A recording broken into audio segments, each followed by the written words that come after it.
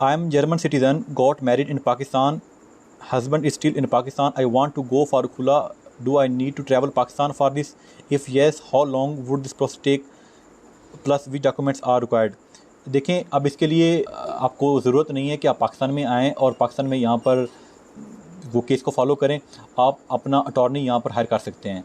For example कोई भी वकील है, आप उसको अपने जो विल ऑफ अटॉर्नी है आप उसको देते हैं कि मेरी जगह पे ये बंदा केस को फाइल कर रहा है, तो it will be good for you and for your advocate and for your lawyer कि वो यहाँ पर केस को फाइल आराम से कर लेगा। आपका वहाँ पर आना ज़रूरी नहीं है। डॉक्यूमेंट्स की ज़रूरत नहीं है। आपका निकाहनामा है, आप निकाहनामे से आपकी होता तो ये है कि आपकी शादी कब हुई, आप क्यों लेना चाह रही हैं, आपकी जो आपके हस्बैंड का है वो कौन सी बन रही है, रेजिडेंस कौन सी बन रही है, तो ये चीज़ें आपके जो वकील है वो उनसे पूछ लेगा। तो आई थिंक आपको सिर्फ जो है वो अटॉर्नी जो आपको विल है वो एनी अटॉर्नी, तो ये इससे मसला हल हो जाएगा।